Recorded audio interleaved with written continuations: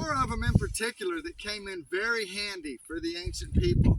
This one that grows right over in here, you can see with all these spines, that one's called lechuguilla. And this one over here right behind us with these kind of wispy leaves with all these little serrations on the edge, this one's called soto.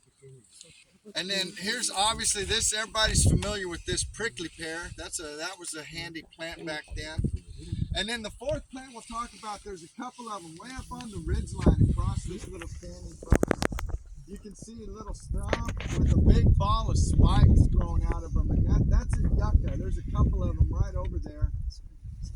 Those two over there look like, I think they're Tory yuccas. But anyway, remember the way that these ancient people utilize these plants by remembering the four F words. And the first F word is footwear. Now these ancient people could take leaves from that yucca over there, or they could take these leaves from this lechuguilla, and they could fashion sandals out of them. And it's really interesting because you look around the terrain and you see how rugged and thorny and rocky it is. You definitely would have wanted some foot protection back in those days. And back in the 30s when they were excavating Fate Bell Shelter over here, one of the most common artifacts that they removed from that shelter were sandals. So I mean, these people were making tons of sandals, mostly out of lechuguilla, but some of them also out of yucca. The second F word is fiber. And again, we'll use the yucca and the lechuguilla here for examples. If you can remove the hard green covering on these leaves, you'll find that there's a network of little tiny fine fibers growing from the base out to the tip.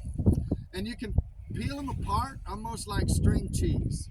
And you can take these little fibers and twist them together with each other or braid them together. And you can make what they call cordage. And cordage came in handy in so many ways.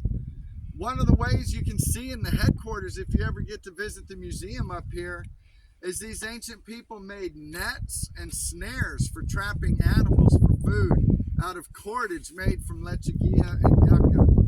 And they also, after the time of the atlatl was over and people were using bows and arrows, they also would make bowstrings out of the fibers that you can find in these plants. The third F word that we'll talk about is fire. And my hiking stick here, this is a Soto bloomstalk. This is what this kind of plant sends up. You can split this lengthwise and lay it flat side up, and it makes a really good fireboard.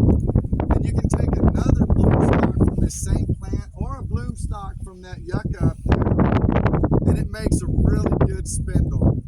So you have all the makings of a friction fire starter kit by having the bloomstalks from these two plants. And it was an essential skill to know how to do was to make a friction fire back in those days. But yeah, these people used the bloom stalks from Soto and yucca a bunch to make fire. And then the last F word we'll talk about is food.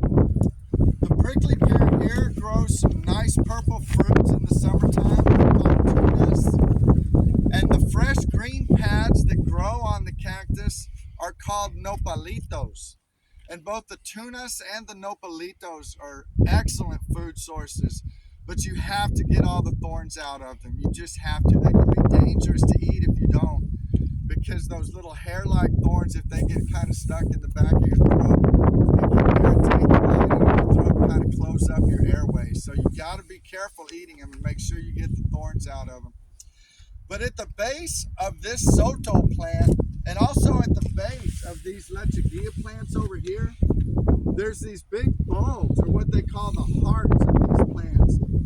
And they would be dug up and roasted in the ground in an earth oven for at least 2 and sometimes for 3 days. And they did that because there's some poisonous compounds in this lechuguilla that you have to cook that long to make it safe for human beings to eat. And so we'll talk a little bit more about earth oven cooking when we're in Fate Bell. But just look over there from here and you can see a bunch of just small rocks just spilling out of the mouth of that big rock shelter.